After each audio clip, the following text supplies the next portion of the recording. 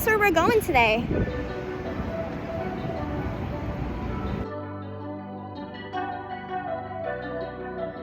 Before we head up to the main attraction, we're going to be grabbing lunch at Prime Meat ROKKO. They are a tonkatsu restaurant, which means they specialize in pork cutlet and beef cutlet, and here we got the lunch specials. I'm just gonna interrupt by inserting a flat lay photo because look how delicious that looks. The miso soup with pork rib and assorted vegetables, a must try.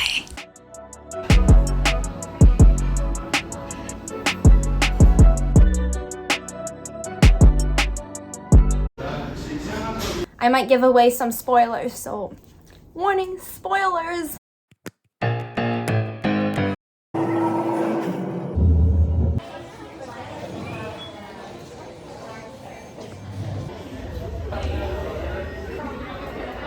Look at the front camera. Hold still for the countdown. 3, 2, 1.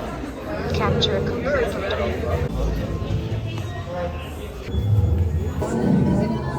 Are these mirrors or?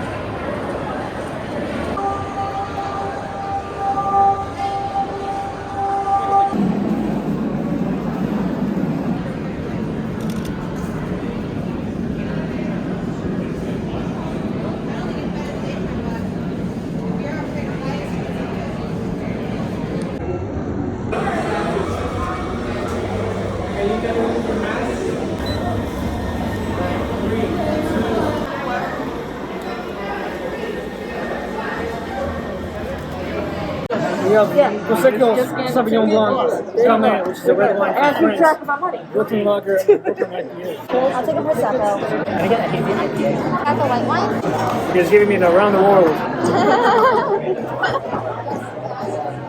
The red one. Yes. Yes. around the world ticket. Thank you.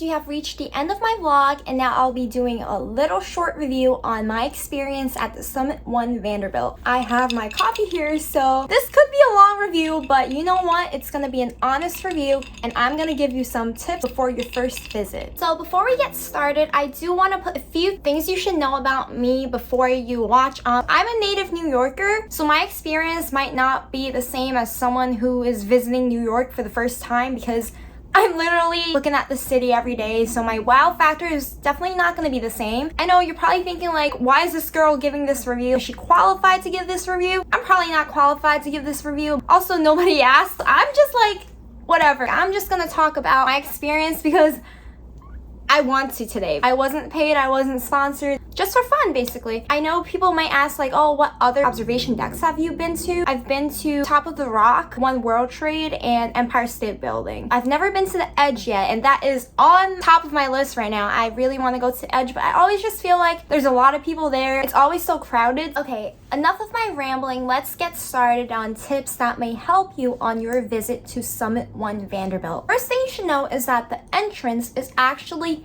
in the main concourse of Grand Central Terminal. We actually had to enter from where you enter the trains. You take the stairs down and the entrance is actually right there on your right. I think there's a coat check as well. When I was up there, I did see people with tripods and things like that, but that also might be because it was an event, I think, on the day we went.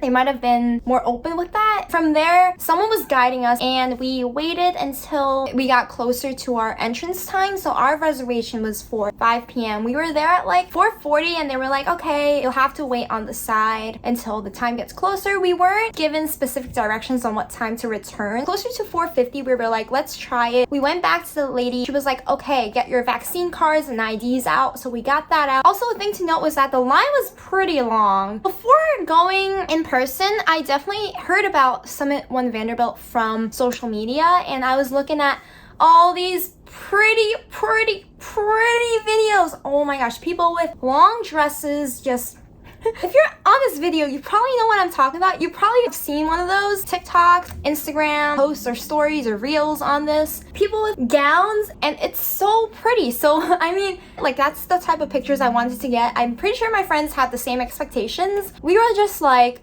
there's a lot of people. So actually the day before, I went on the Summit OV account on Instagram and I looked at their most recent story. So it's nice to do that before you go visit because then you'll know latest updates. So I usually go to the official accounts of these locations and I just look at pictures just so I have an expectation of what to expect. But prior to the night before, when I saw this one story with like a big crowd in the glass mirror room, I was just thinking, oh, it's so nice. Do you get the whole room to yourself? How many people are in this room? How come I don't see anyone else in this room? It's just the content creator shooting the content and that's it. So I was like, okay, maybe it's an exclusive event, which is true. There is no way I will be able to get a good picture. I was a bit disappointed and there was just way too many people. I don't know about you, but I wanted good pictures. I don't know if you're going up there, like, do it for the experience, but there's also other places you can experience the skyline, right? I don't know. I wanted pictures. I wanted to experience it. Let me not get ahead of myself. So we showed our ID, vaccine cards, and we waited in the little line and we saw these signs up on the wall saying, scan the QR code, fill out this form before you go up. And it's mandatory. It says you have to fill it up either before you go or when you come down, as it said on the website. So you have to fill it up. So we scanned it, and of course we were like, let's get on the Wi-Fi, let's get on the Wi-Fi, because I'm saving data for this month because I'll be traveling. So I need Wi-Fi. I'm doing this form. So we got onto the Wi-Fi. Wi-Fi was 10 out of 10. Stayed on, for me at least, throughout my whole time up there. So Wi-Fi was really good. So scanned the code, went to the form, we did the form. It was not a COVID related form, it was just a survey form. So after you fill out the first portion, they show you this green check, and they were asking for like, show us the green check, show us the green check, or else you can't get to the security checkpoint. We had to, I wouldn't want to say they're elderly, but they're definitely on the less tech savvy side, and they were struggling to pull up the forms on their phones. They were struggling to get the form up, to do everything. In my head, I was just like, this is taking a lot of time. It wasn't COVID related, so it wasn't like, I didn't get the point of us showing the green check. There was definitely a reason to it. We smoothly went through, get the green check, show it to them, and get to security. So security was security. One of our friends in our group got this orange thing to scan. It's supposed to let them know how long we spent in each room. So that was nice because I felt like we were there for their research. We were there to give feedback. We were there to give our opinions, to make it smoother for other guests to enjoy when it's open to the public. After we passed security, we were just told, enter through these doors. It was confusing. I mean, I saw other people behind there like, This room, like right here, there's no signs to tell you what's next. You just enter the room and they show you this film. The film is on loop. I didn't know that. I thought, oh, shouldn't we wait until it's over so the next group can go in? But no, it was a film of this woman who was in her home and then the glass shatters and she's suddenly at the top floor of the summit. Oh my gosh. I don't get scared of heights, but watching that video with that audio that was a bit terrifying made me scared and it made my vision go like, whoa. But that was just me. I might have been a bit too harsh. I was not a fan of that. After we exit the room, we were given the shoe coverings and then we put them on. We were led on another line to this 3D scanner machine. So we were a bit confused because there was no one that worked there to hold the line, so we were like, do we just go? So we went, did the 3D scanner, but we were just a bit confused on what is this, right? So we scanned our face. So I kind of knew they're probably gonna use our face on something. I don't know if you know what I'm talking about, but if you've been to Universal in Florida on the ET ride, they ask you for your name and then you're supposed to wait until the end of the ride where ET is like, bye Kate, or like bye Michael, or like bye, like in Epcot, like in Disney Epcot, you go on the spaceship Earth, they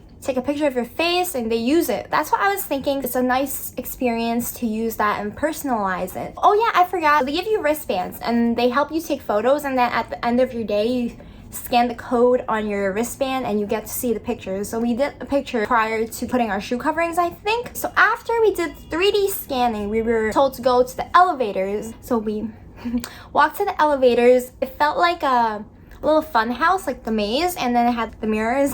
I don't know if I'm making sense. We waited for the elevators like a normal elevator bank, and we were moved in as a group of, I want to say like 10 people. It wasn't just our group, we had 4 people. We were put with other parties as well into the elevator. Elevator wasn't that big. I mean, I personally don't know anymore, but the elevator was not that big, to keep in mind. It's just like a normal building elevator with glass all over it. So it felt like it was really big, but honestly, it was a bit cramped. Maybe it's just me, but it was a bit cramped. I think there was 10 people in that elevator. Our party and probably 2 other parties.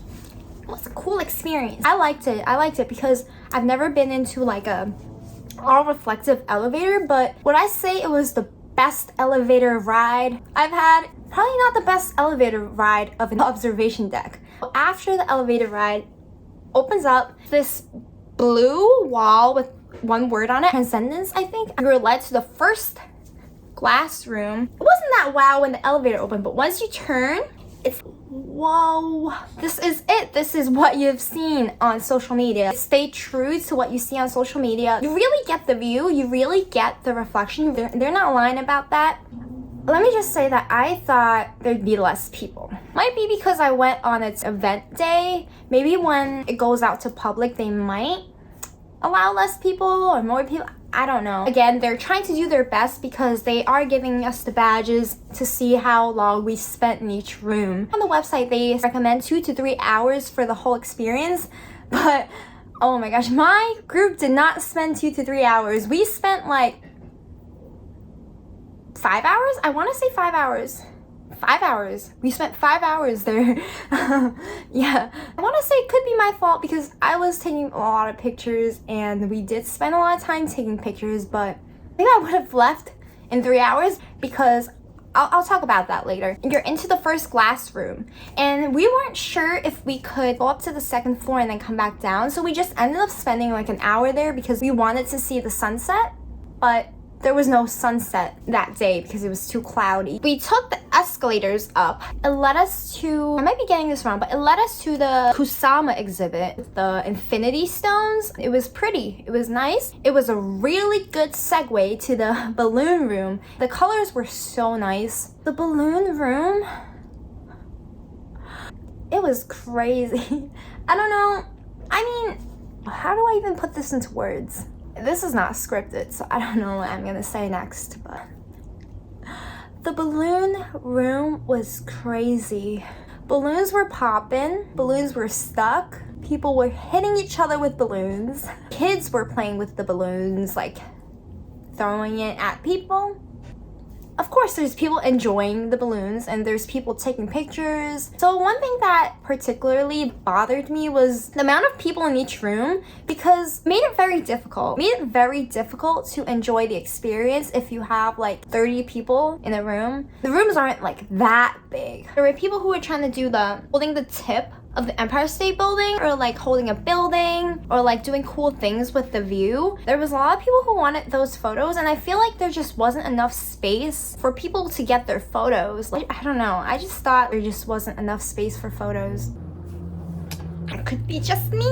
It's just not what you expect, considering I had a high expectation going in because of what I saw on social media. It's a reasonable expectation based on what I've seen. Also, the tickets are like, I forgot the prices, but you can probably look it up. There's a New York resident discount. It's a bit cheaper, so yeah, perks for being a New York resident. After the balloon room, we are led to another escalator, I believe, and that is the glass balcony.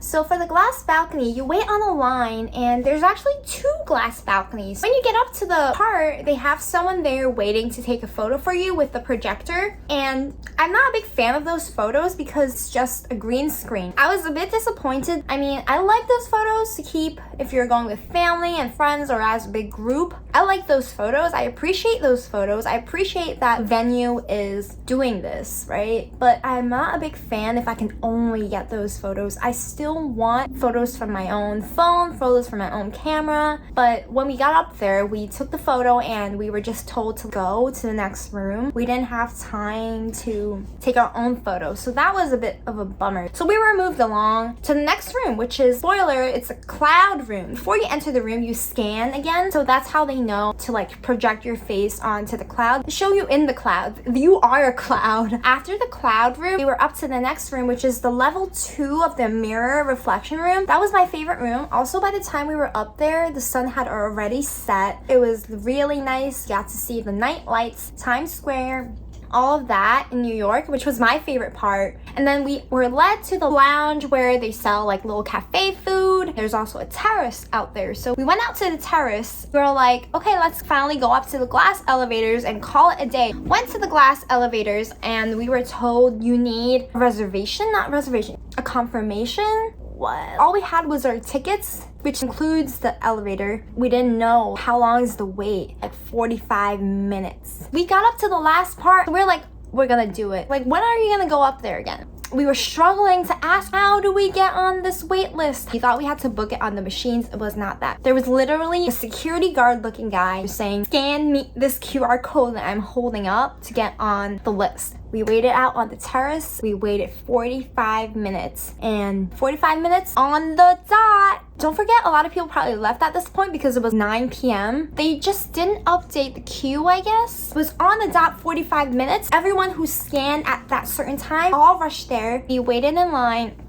went up. The views were awesome. So yeah, skylines were amazing, even though it was a cloudy day. After that, we exited, and the bathrooms are surprisingly super beautiful. Would I say it's the prettiest bathrooms for an observation deck? Probably not, but it's up there. They really tried. After that, we went back down, got to experience the elevator again. So that was my experience. Would I recommend Summit One? Yes. I sincerely apologize if this video doesn't help because I'm not the best at explaining things. And yeah,